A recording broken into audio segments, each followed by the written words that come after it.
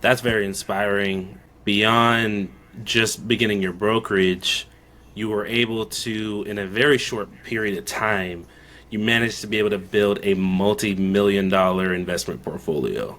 Can you share some of the insights into your investment strategy?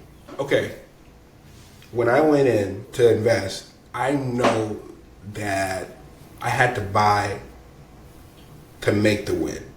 So Yeah. I couldn't buy hoping that the market would grow. I had to buy if the market stayed the same or the market went down, I could still have room to make some profit.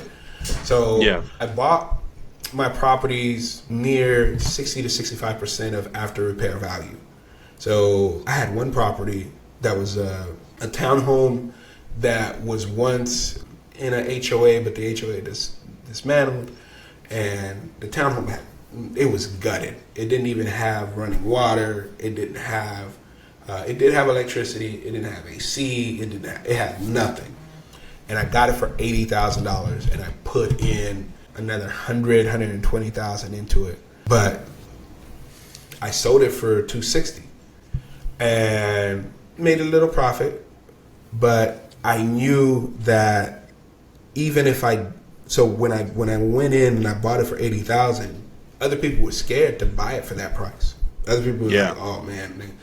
But I saw the numbers, and I always have two exit strategies. When I enter into it, I say, okay, first goal is to flip it. If I can't flip it, can I, what they call BRR, where I could buy it, rehab it, rent it, and then refinance it.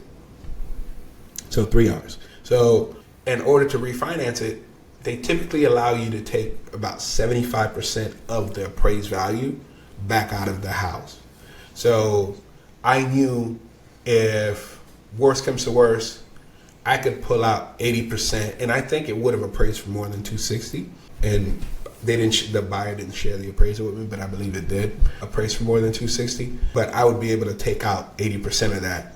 So I'd pay off my debtors, I'd pay off everything, at the very least break even, and then have income coming in from the renters. So that's my marketing strategy. And when I had a neighbor on my street, and I've been in the same place for 12 years. And they were very kind when we first moved into the neighborhood.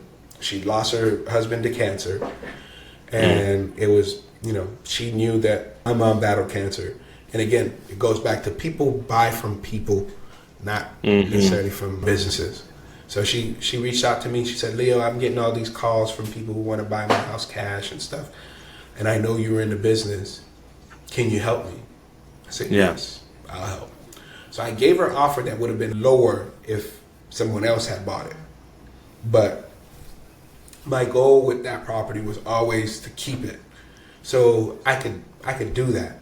And it may take me longer to make my money back, but this is a property that I plan to keep for 10, 15, 20 years. I have no plans to sell it. So I know that I'll make that money back. So I paid her a little bit more, got the house, complete gut, almost to the level of the townhouse. Complete gut, new roof, new AC, new everything. Bathrooms, kitchen, drywall, ceiling, everything. Walls were it was terrible. But I was also able to help her buy another house that was smaller, because this house was big and needs a lot of maintenance on the property.